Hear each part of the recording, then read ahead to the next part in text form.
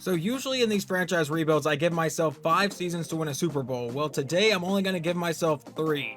And as you can tell from the title, this is a Colts franchise rebuild, but the reason I'm only giving myself 3 years is because Matt Ryan is already 37. This could be shorter. If Matt Ryan retires, then the video will end. But here's the offense we are starting with. Obviously, Matt Ryan will be our quarterback. We have an X Factor in Jonathan Taylor. We have a star div trade in Michael Pittman. The offensive line is not great. That right guard is a 59 overall. My God, that is awful. The left tackle is only a 69. We may need to make some roster moves before season 1 kicks off here. Over on the defensive side of the ball, we're not too bad. Darius Leonard's an X Factor. Bobby Okereke is an 82 overall star dev trait. Probably need a new outside linebacker. The corner situation doesn't look horrible, or at least the entire secondary situation. Gilmore's a little bit old, but he's still a 92 overall, and obviously the D-line looks pretty solid. We are going to sign Brian Winters to this team just because that right guard was one of the worst things I've ever seen in this game. I'm also going to sign Dwayne Brown. He's not a scheme fit, but at least he is better than the current guy starting. And I don't know how much he's going to help the team this year, but I'm also going to sign Marquise Goodwin just to give Matt Ryan another weapon. But now with those additions, let's jump to the end of the season and see how good this team is. And at the end of season 1, we are 10-7 and managed to win the division, so we get to play the Chiefs in the wildcard round. We come in as the 7th ranked offense in points per game and the 14th ranked defense. Well, Matt Ryan definitely had a little bit of a career resurgence, 5,200 yards, 39 touchdowns to 12 interceptions. On the ground, Jonathan Taylor ran for 1,400 yards and 15 touchdowns. What about receiving? Michael Pittman, 108 catches, 1,500 yards and 10 touchdowns. Paris Campbell, 1,100 yards and 7 touchdowns. Mo Alley Cox got 8. Kiki QT got 7. And Marquise Goodwin, the guy I just signed, got 5. Bobby Okereke led the team in tackles with 146. In sacks, that goes to Yannick Ngakoue with 13. And DeForest Buckner got 10. What about interceptions? Okereke got 3, Darius Leonard got 3, and Stephon Gilmore got 3. Around the league, Tom Brady throws for 5,500 yards and 38 touchdowns, but leading the league was Joe Burrow with 43, and in interception, Zach Wilson threw 19. Running the ball, Derrick Henry ran for 1,800 yards and 16 touchdowns, but leading the league there was Ezekiel Elliott with 21. Receiving, Tyler Boyd with 120 catches, 1,600 yards, and 14 touchdowns. Did all of those lead the league? Actually, no. Mike Evans had 122 catches. Boyd did lead the league in receiving yards, and in touchdowns, Cooper Kupp and Albert Wilson both got 17. Camus Grugier-Hill led the league in tackles along with TJ Edwards with 154. In sacks, that goes to Aaron Donald with 29, and interceptions, Sauce Gardner got 7 for the Jets in his rookie year. Alright, this is a pretty rough first opponent for our first playoff game, but let's see if we can get by Kansas City and keep our Super Bowl hopes alive for this season. And we actually do get by Kansas City in the first round, 42-35. And then in the divisional round, we take down the Ravens 35-24. And then in the AFC Championship, we take down Cincinnati 42-28. So we are headed to the Super Bowl here in the first season. And in that Super Bowl, we get to take on the 1 seed Dallas Cowboys. Before I advance this game, I will say even if we win the Super Bowl, the video is not going to end. I will just see if we can win another one within the next 2 years. But let's jump to the next week and see if we can get a Super Bowl win. And Matt Ryan finally gets a Super Bowl in his career, 45-24 over the Dallas Cowboys, and gets a Super Bowl MVP award. Alright, so I lied at the beginning of this video. I said it would end if Matt Ryan retired, but I didn't expect to win the Super Bowl in season 1 and then for him to retire. So what we're going to do is go through with this offseason, see if we can get a quarterback, and we'll move on for the next 2 years.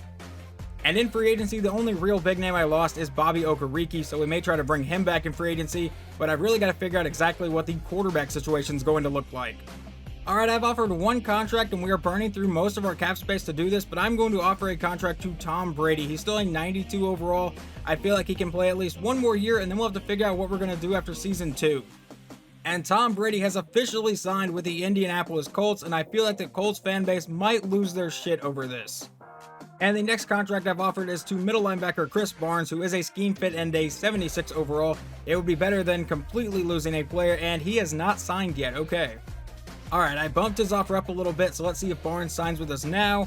And he has signed, and it is with the Colts.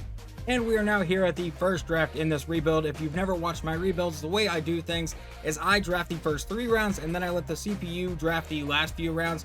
But let's see who the Bears take with the number 1 pick. This is an auto-generated draft class, and they will take Zach Bowen, a left tackle out of UCF. And with our first round pick, I'm going to take left tackle Danny Bowens out of Miami to get Tom Brady some protection here. And even with A awareness, he only has a normal dev trait. I don't think I've seen that yet. And this guy only has B awareness. I've seen this be a hidden dev trait before, but we're going to take right guard Shaquem Pearson out of Florida, and he is going to have a hidden dev trait. This guy might be a little bit of a risk, but I'm going to take defensive end Evan Berry here at the end of the second round. C block shedding B finesse move, but he was one of the fastest defensive ends in his class and one of the more agile ones. So we're going to take Evan Berry, who will have a normal dev trait.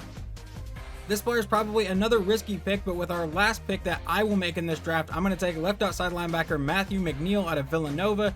B to D block shedding, A to C pursuit, C tackle, but A zone coverage, and he is one of the fastest linebackers in his class, so we're going to take him. He also has a normal dev trait, so we managed to land one hidden dev trait in like 4 picks. Okay, so not the best draft class I've ever done in this game, but Danny Bowens is a 75 overall with a normal dev trait, and Shaquem Pearson's a 71 right guard with a hidden dev trait, and past that, not a whole lot of good happened. And I'm going to make one trade before this season starts. I'm going to send a first round pick to Minnesota for wide receiver Adam Thielen. So obviously we're still in a win now mode. Tom Brady is now the quarterback instead of Matt Ryan, a bit of an upgrade there. Jonathan Taylor is an X factor. Michael Pittman is now a superstar dev trait. We traded for Adam Thielen, so Brady has 2 very solid receivers. Pearson is starting at right guard. He is a hidden dev trait like we saw, and Bowens is our starting left tackle. We really didn't change the defense a whole much, except for now Kenny Moore is a superstar dev trait and Stephon Gilmore is now an X factor. But now let's jump to the end of season 2 and see if we are in position to repeat as Super Bowl champions. And for the second year in a row, we win the division, this time going 12-5.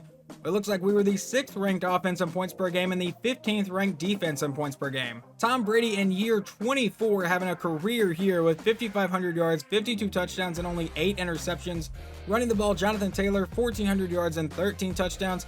And receiving Adam Thielen with a career year, 117 catches, 1,500 yards, and 14 touchdowns. Pittman caught 16 touchdowns, and Mo Alley-Cox caught 10. Chris Barnes led the team in tackles. That was the free agent I randomly signed just because we needed a middle linebacker. In sacks, Kwity Paye got 11 and Yannick Ngakoue got 10.5 interceptions. Chris Barnes got 5. Joe Burrow barely beats out Tom Brady for the league leader in passing yards and touchdowns. That goes to Brady by 10, and interceptions goes to Jared Goff with 19. Running the ball, Derrick Henry once again ran for 1,800 yards, but in touchdowns, that goes to Nick Chubb with 22. Receiving, Cooper Kupp, 134 catches, 1,800 yards, and 23 touchdowns. I believe all of those are going to lead the league, and they are. Tremaine Edmonds leads the league in tackles with 163, and sacks, that goes to Aaron Donald with 20.5, and interceptions, Eric Kendricks and Jaron Kearse both got 6. But now let's see if we can get back out of the wildcard round and try to go on another Super Bowl run for the 2nd year in a row. And we do get by the Jets 34-16, so we move on. And now Tom Brady gets to go against his former team. We are taking on the New England Patriots in the divisional round. Can he knock them out of the playoffs? No, he cannot. We lose in the divisional round 28-25. And the Green Bay Packers defeat the Patriots 49-46 to win Super Bowl 58. And the only player to retire is wide receiver Adam Thielen, coming off a career year. But I think the draft pick I traded is in 2025, so I don't even know if we will miss that draft pick because I'm only doing one more offseason. In this re-signing period, Tom Brady and Stephon Gilmore are both going to test free agency. I really can't afford either one of them because I only have $23 million in cap. We may have to make some roster moves because also Julian Blackmon has decided he is not coming back. Now we are going to save a little bit of cap space. I'm trading running back Nyheim Hines to the Cardinals for a 2nd round pick. Alright, we are going to try to bring back Tom Brady. I have no cap space if he signs this contract, but let's see if he will take it. He has signed, and it is not with the Colts. It looks like Tom Brady is headed to the Falcons to try to finish out his career. And here are the new contracts I've offered. Wide receiver Gabe Davis, JJ Watt, and Jimmy Garoppolo. Do I really want to roll with Jimmy Garoppolo? Not really, but he is a scheme fit and one of the better quarterbacks left here. So we're going to skip to the next stage, I guess, and we're going to see JJ Watt is not signed, but we did get Gabe Davis and Jimmy Garoppolo. Alright, I pulled the offer for JJ Watt. We're going to try to get Bryce Hall and Richie Grant here. Hopefully one of them will sign, and neither one did. Alright, 2 more contracts. Levi Wallace and Richie Grant. I've pulled out of the other contract offer. Let's see if we can land either one of these 2 players. And they have signed. We at least get Richie Grant, but we do not get the corner. Alright, what about Jordan Lewis? Can we land him? We are the only one offering him a contract, and we do at least manage to land Jordan Lewis. And now here at the draft, let's see who the Bears are going to take with the number 1 pick. They are going to take Jalen Belser, a right end out of Alabama. And with our first round pick, I'm going to take wide receiver Larry Knapp out of Iowa State. B to D catching traffic, B to D catching, which kind of scares me, but he's got A deep route, B release, and he is the second fastest wide receiver in his class. So Larry Knapp will come in with a hidden depth trait and 97 speed. And at the end of the second round, I'm going to take free safety John Fort out of Miami, B hit power, C man, A to C tackle, and he was one of the fastest safeties in the class. So we will take John Fort, who has a normal depth trait. What really sucks is this quarterback looks like he has decent ratings, B deep accuracy, B medium, B short, B under pressure. I feel like he wouldn't be bad until you see his awareness is an F. So instead of that quarterback, I'm going to take strong safety Deontay Douglas, who is also one of the fastest safeties in his class with A hit power, B to D tackle, and B to D zone. And Deontay Douglas will also come in with a normal depth trait. I have not drafted well in this video. I generally don't do this, but I am going to make the 4th round pick of Andrew Romero. He is a day 3 pick. He was the quarterback I just showed with F awareness. We're going to take him anyway. He does have a hidden depth trait though. Alright, so this draft went a little bit better than the last one. We got 276 overalls, a 74 overall, and the quarterback we took, Andrew Romero, with a hidden depth trait is a 66. It looks like the CPU also took another quarterback who was a 64 overall. Going into the last year of this rebuild, I don't even know if this is considered a rebuild because I never really rebuilt the team. I just kept adding new quarterbacks. But we went from Matt Ryan to Tom Brady to Jimmy Garoppolo, who is a 74 overall, and I fully expect this to go horribly, especially because Michael Pittman is actually out to begin the season, but he's only gone 1 week. And then here is the defensive side of the ball. I honestly don't think we got any better on that side. We lost Stephon Gilmore and replaced him with Jordan Lewis, so it'll be interesting to see how this season goes. Well, let's jump to the end of the season, see if we can go back to the playoffs for the 3rd straight year. And sadly, season 3 ends in an 8-9 year. We finished as the 7th offense in points per game, but our defense took a major step back, finishing 29th. But I still consider this video a success because I did manage to win a Super Bowl in season 1 with Matt Ryan, and then he retired. So pretty much everything after that just kind of felt like a bonus. We did get Tom Brady and go 12-5, but then we ended up with Jimmy Garoppolo and this happened. So obviously not the best ending, but hopefully you guys enjoyed this still, and I will talk to you guys next time.